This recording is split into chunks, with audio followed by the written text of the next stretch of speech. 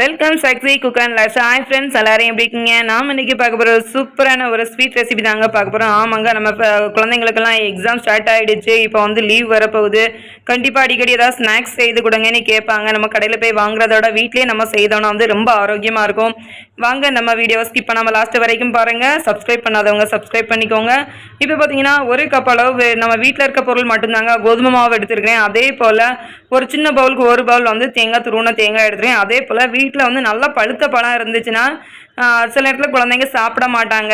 அப்போ என்ன பண்ணிக்கலாம்னா இதே போல் நம்ம வந்து ஸ்வீட் ரெடி பண்ணி கொடுத்துக்கலாம். இதே போல் 2-3 பழத்தை எடுத்து இதே போல் கட் பண்ணி வச்சுக்கோங்க. இப்போ பார்த்தீங்கன்னா நான் கருப்பட்டியில் தான் பாகு எடுத்து வச்சுருக்கேன். நீங்கள் சர்க்கரை இதே போல் பாகு எடுத்து வச்சுக்கோங்க. நம்ம ஏன் பாகு எடுக்கிறோன்னா வந்து அடியில் லைட்டாக அந்த கல் மண் போல் துருன்னு இருக்கும். அது வந்து இதோட மிக்ஸ் ஆச்சுன்னா சாப்பிடும்போது செம்மையாக இருக்காது. அதுக்காக தான் நம்ம வந்து பாகு எடுத்து வச்சுருக்கிறோம். இப்போ பார்த்தீங்கன்னா எல்லாத்தையும் நம்ம அரைச்சி எடுத்துக்கலாம். மிக்ஸி ஜார் எடுத்துக்கோங்க. தேங்காயும் ஏலக்காயும் போட்டு நல்லா ஒரு 2 சுற்று விட்டு எடுத்துக்கோங்க. ஏன்னா வந்து கொஞ்சம் முழுசாக இருந்துச்சுன்னா நம்ம வந்து சாப்பிடும்போது கொஞ்சம் சிலவங்களுக்கு பிடிக்காது. அதனால் நம்ம இப்படி அரைச்சி எடுத்துட்டோன்னா கொஞ்சம் லைட்டாக பட்டு போல் ஆயிரும். இப்போ பார்த்தீங்கன்னா எடுத்து வச்சுருக்கிற பழத்தையும் நம்ம அதோட சேர்த்துக்கலாம்.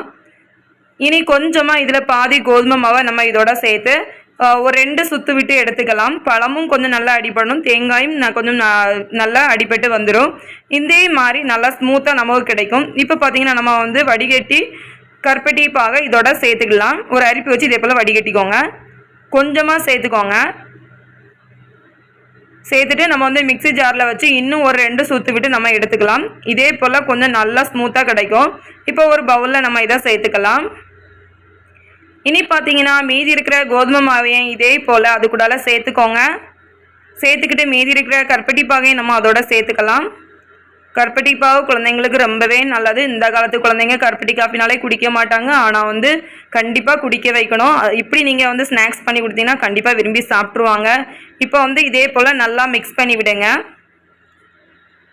எல்லா மாவும். இப்போ வந்து நம்ம வந்து இன்னும் கொஞ்சம் கருப்பட்டி பாகு நமக்கு தீர்ந்து போச்சு. அதனால் கொஞ்சம் வெந்நி தண்ணி விட்டு மிக்ஸ் பண்ணிக்கோங்க. மிக்ஸ் பண்ணி இந்த மாவு கூட சேர்த்துக்கோங்க. சேர்த்து நல்லா மிக்ஸ் பண்ணி விட்டுக்கோங்க. நான் கரெக்டாக பார்த்தீங்கன்னா மீடியம் சைஸ் கருப்பட்டிக்கு ஒரு கருப்பட்டி பாகு எடுத்துருக்கிறேன். பார்த்தீங்களா மாவு நமக்கு எவ்வளோ அழகாக ஸ்மூத்தாக இருக்குன்னு பார்த்தாலே உங்களுக்கே தெரியும். நல்லா பொசன்னு இருக்குதுங்க.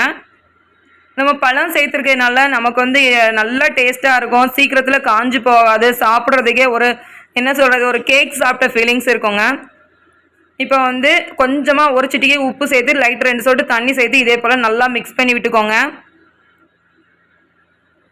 அடுத்தல பார்த்தீங்கன்னா லைட்டாக 2 சிட்டிகை அளவு லைட்டாக சோடா சேர்த்துக்கோங்க. ஏன் பார்த்தீங்கன்னா நமக்கு வந்து வாழைப்பழம் நம்ம சேர்த்துருக்கோம். சீக்கிரத்தில் நமக்கு மொறுமொறுனி வந்து ஆகி வராது. லைட்டாக நம்ம வந்து ஓரங்கள் மொறுமொறுனி கொஞ்சம் மாடலாக சைனிங்காக இருந்தால் தான் குழந்தைங்க விரும்பி சாப்பிடுவாங்க. அதுக்காக லைட்டாக 2 பிஞ்ச் மட்டும் சேர்த்துக்கோங்க. சேர்த்து கொஞ்சமாக தண்ணி விட்டு அதையும் லைட்டாக மிக்ஸ் பண்ணி விட்டுக்கோங்க. நம்ம இன்ஸ்டண்ட்டாக இது நம்ம உடனே தான் இந்த ஸ்வீட் வந்து செய்து எடுக்க போகிறோம். கோதுமை மாவு உண்ணியாப்பம் தாங்க இது. நல்லா மிக்ஸ் பண்ணி பார்த்துக்கோங்க. நான் வந்து ஒரு 10 நிமிஷம் வச்சேன். நல்லா மாவு நல்லா ஷைனிங்காக நமக்கு கிடச்சிருக்கு. நல்லா அழகாக பொசன்னு இருக்குது.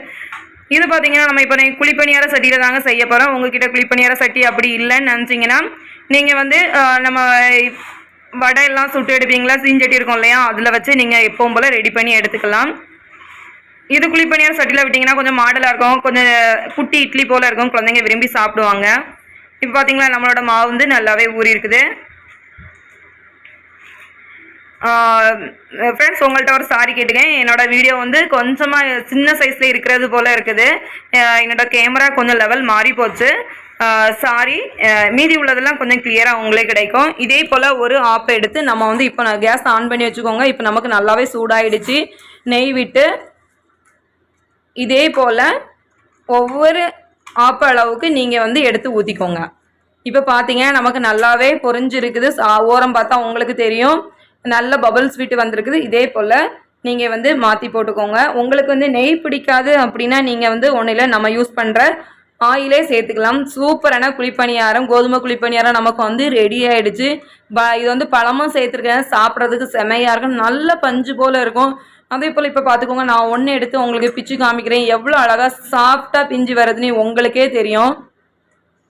உள்ளே நல்லாவே வெந்திருக்குது. உள்ளே நல்லா வெந்திருக்கிறதுக்கு எப்படி பார்க்கணுன்னு பார்த்தீங்கன்னா ஒரு கோடாக இருக்கும். பார்த்தீங்களா, இதில் லைட்டாக கோடாக இருக்குது இல்லையா, இது நல்லா வெந்திருக்குன்னு அர்த்தம். பிடிச்சிருந்தா லைக் பண்ணுங்கள், ஷேர் பண்ணுங்கள், சப்ஸ்கிரைப் பண்ணுங்கள், சப்போர்ட் பண்ணுங்கள். தேங்க்யூ.